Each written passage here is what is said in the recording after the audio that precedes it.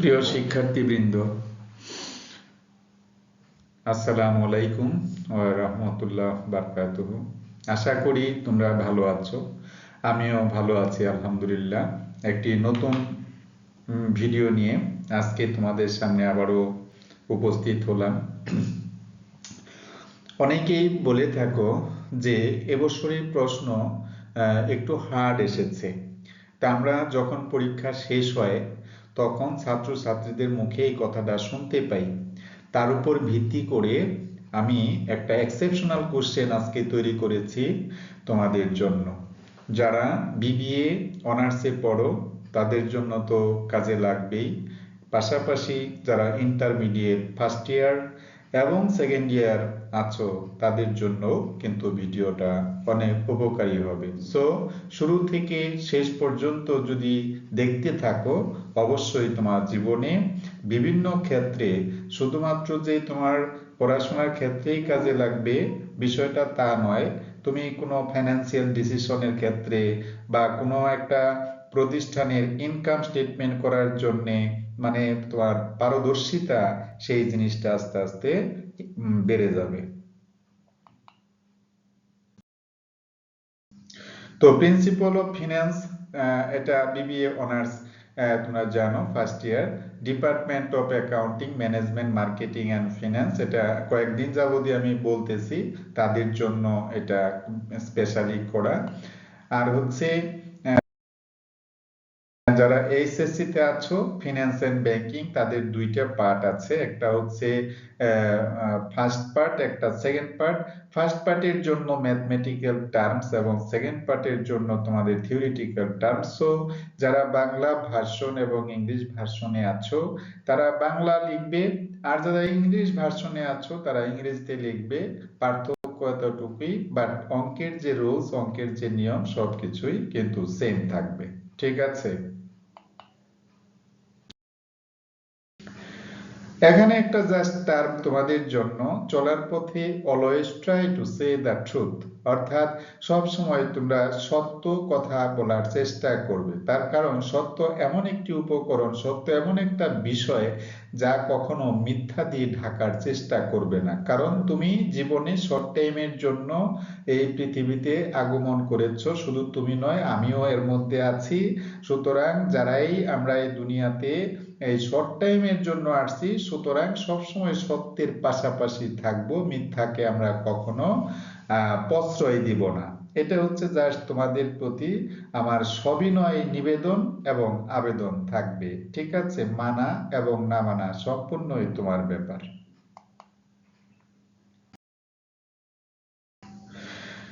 Exceptional requirement যেটা আমি এখানে লিখেছি, অনেক সময় প্রশ্ন, যে কথাটা আমি শুরুতেই বলতে চেয়েছিলাম, যে যখন স্টুডেন্টরা পরীক্ষা দিয়ে বের হয় তখন অনেকের মুখে শোনা যায় যে এবারের প্রশ্নটা অনেক মানে টাফ এসেছে, অনেক কঠিন এসেছে। আসলে বিষয়টা তা নয়। বিষয়টা হচ্ছে এক্সেপশনাল কোশ্চেন যাকে বলে, যে একটু ঘুরিয়ে ফিরিয়ে যদি আসে তখন তোমাদের কাছে মনে হয় যে এটা গতানুগতিক কোনো পদ্ধতিতে আসলে ম্যাথরা আসেনি, একটু ঘুরিয়ে পেঁচিয়ে আসছে, বিষয়টা এরকম। সুতরাং তোমরা ভয় না পেয়ে আসলে কি চেয়েছে তোমাদের কাছে, রিকোয়ারমেন্টটা কি চেয়েছে, প্রশ্নটা 2 থেকে 3 বার তুমি রিডিং পড়ো, তারপরে তুমি ট্রাই করো। আমার মনে হয় যে তুমি সেখান থেকে ওভারকাম করতে পারবে। তো এখানে দেখো নাম্বার 1-এ বলেছে ডিটারমাইনিং ডিপ্রিসিয়েবল কস্ট। প্রিয় শিক্ষার্থী বৃন্দ, তোমরা কিন্তু ডিপ্রিসিয়েবল কস্ট মানে অনেকেই বুঝো, আবার 2-4 জন হয়তো যারা উইক আছো তারা নাও বুঝতে পারো। আসলে ডিপ্রিসিয়েবল কস্ট বলতে সেই জিনিসটাকে বুঝায় যে আমরা যত টাকা মূল্যের উপরে ডিপ্রিসিয়েশন চার্জ করতে পারি। এই ব্যাপারে আমি গত ক্লাসে একটা ভিডিও দিয়েছিলাম, সেখানে বলা ছিল যে একটা মেশিনের যে তোমার কস্ট প্রাইস, সেই মেশিনের কস্ট প্রাইসের সাথে মেশিনটি আমি যেখান থেকে নিয়ে আসছি, অর্থাৎ এখানে ইম্পোর্ট ডিউটি লাগতে পারে, তোমাকে বলি এক্সাইজ ডিউটি লাগতে পারে, তারপরে তোমাকে বলি ইনস্টলেশন চার্জ হতে পারে, ডিরেক্ট এক্সপেন্স হতে পারে, অর্থাৎ ওই মেশিনের সাথে ডিরেক্টলি যে সমস্ত এক্সপেন্ডিচার রিলেটেড সেগুলো অ্যাড করার পরে যে পরিমাণ মূল্য তোমার দাঁড়াবে সেটাই হচ্ছে আসলে ডিপ্রিসিয়েবল কস্ট। অথবা তুমি অন্য কথায় বলতে পারো যে মেশিনের উপরে ডিপ্রিসিয়েশন চার্জ করা হবে বা কোন মূল্যের উপরে ডিপ্রিসিয়েশন চার্জ করা হবে সেই জিনিসটাকে আমরা বলি যে ডিপ্রিসিয়েবল কস্ট। একটা বিষয় অবশ্যই তোমাদের মনে রাখতে হবে যে ওয়ার্কিং ক্যাপিটাল যদি থাকে as per given in the question at that time you have no added working capital with the depreciable cost, অর্থাৎ ডিপ্রিসিয়েবল কস্টের সাথে কখনোই ওয়ার্কিং ক্যাপিটাল যোগ হবে না, যদিও হয় সেটা এনসিও নির্ণয় করার জন্য হবে। For finding out NCO working capital added with the depreciable cost, but working capital is not on the basis of depreciable cost. Do you understand? অবশ্যই তোমরা বুঝতেই পেরেছো যে আমি কি বলতে চেয়েছি। এরপরে দেখো চার্ট অফ এনসিভি। চার্ট অফ এনসিভি এভাবে আসতে পারে, নিট ক্যাশ বেনিফিটটা কেমন হতে পারে আমি চার্ট আকারে সেটা একটু শো করব।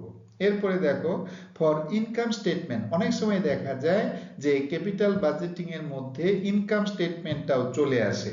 সেটার জন্য যদি তোমার এই এক্সপেরিমেন্ট না থাকে অথবা এডিশনাল কোনো নলেজ না থাকে সেই ক্ষেত্রে কিন্তু প্রশ্নটা তোমাকে ছেড়ে আসতে হবে, যার উপর ভিত্তি করেই কিন্তু আমি প্রশ্নটা এখানে নিয়েছি। আশা করি তোমরা বুঝতে পেরেছো।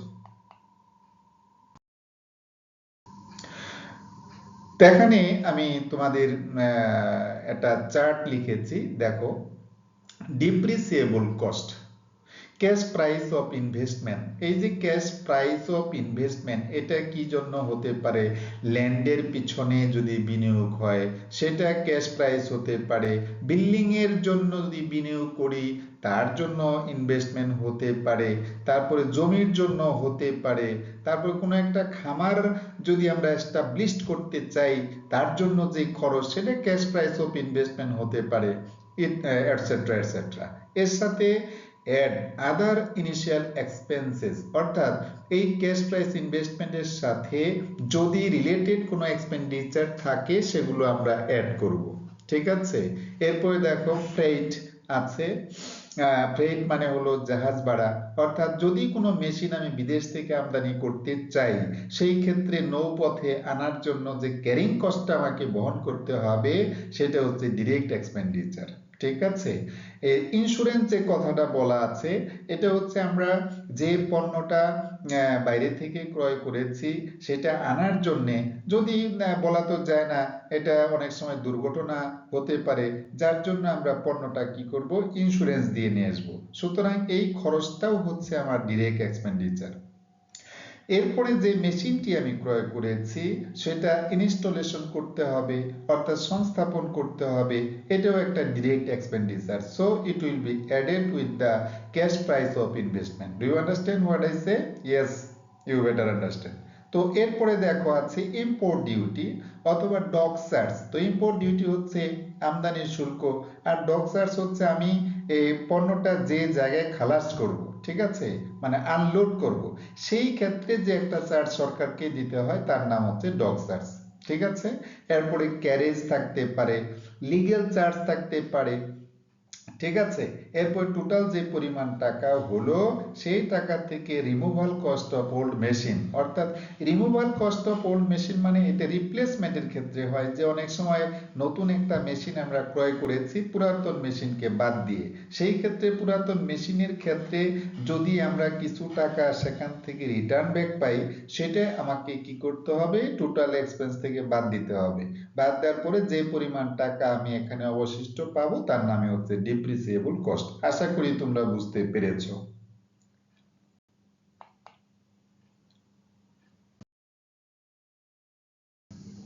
এরপরে দেখো টেবিল ফর এনসিবি। তো টেবিল ফর এনসিবি হচ্ছে সিএফবিটি। সিএফবিটি হলো ক্যাশ ফ্লো বিফোর ট্যাক্স, এই টাকাটা লিখেছি, এখান থেকে লেস ডিপ্রিসিয়েশন যদি থাকে সেটা আমরা বাদ দিব, বাদ দেওয়ার পরে যে পরিমাণ টাকা থাকবে তার নাম হচ্ছে কি ইবিটি।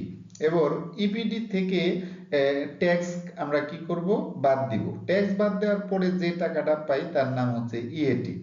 এবার ইএটির সাথে ডিপ্রিসিয়েশনটা আবারও কি হবে, যোগ হবে। যোগ করার পরে যে পরিমাণ টাকা আমি পাবো তার নাম সিএফএটি। সিএফএটি হলো ক্যাশ ফলো আফটার ট্যাক্স।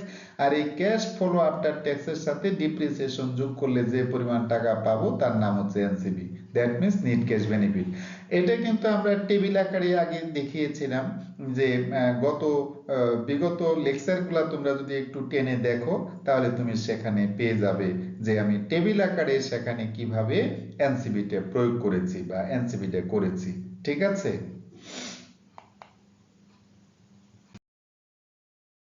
এরপরে দেখো, অনেক সময় এই ক্যাপিটাল বাজেটিং এর মধ্য থেকে ইনকাম স্টেটমেন্টটা আসতে পারে। তো ইনকাম স্টেটমেন্টটা তুমি কিভাবে করবে, যে সেলস থেকে কস্ট অফ গুডস সোল্ড বাদ দিলে কি পাবো আমরা, গ্রোস মার্জিন। গ্রোস মার্জিন মানে হচ্ছে কি বলো, মোট লাভ।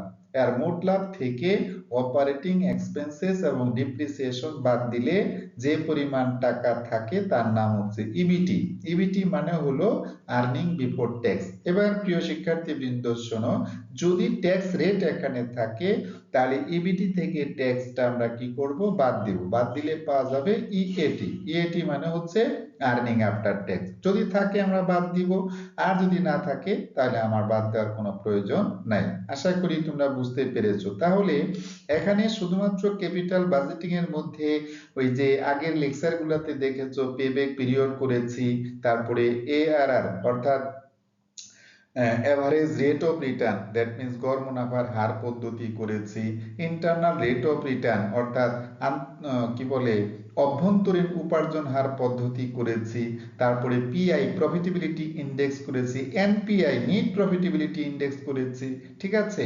এই বিষয়গুলো ব্যতীত যদি তোমার ইনকাম স্টেটমেন্ট আকারে চেয়ে থাকে, এনসিবি আলাদাভাবে বের করতে বলে, হ্যাঁ, সিএপিটি আলাদাভাবে বের করতে বলে, সেই ক্ষেত্রে তোমাকে এইভাবে চার্ট আকারে করা লাগতে পারে। সেই জিনিসটা দেখানোর জন্যই আমি একটা এক্সেপশনাল ম্যাথ আজকে তোমাদের সামনে আলোচনা করেছি। তো আজকে এই পর্যন্তই বলে শেষ করতে চাই। যদি তোমাদের ভালো লাগে অবশ্যই লাইক কমেন্ট শেয়ার করবে। ততক্ষণ পর্যন্ত যে যেখানে আছো ভালো থাকো, নিরাপদে থাকো, সুস্থ থাকো।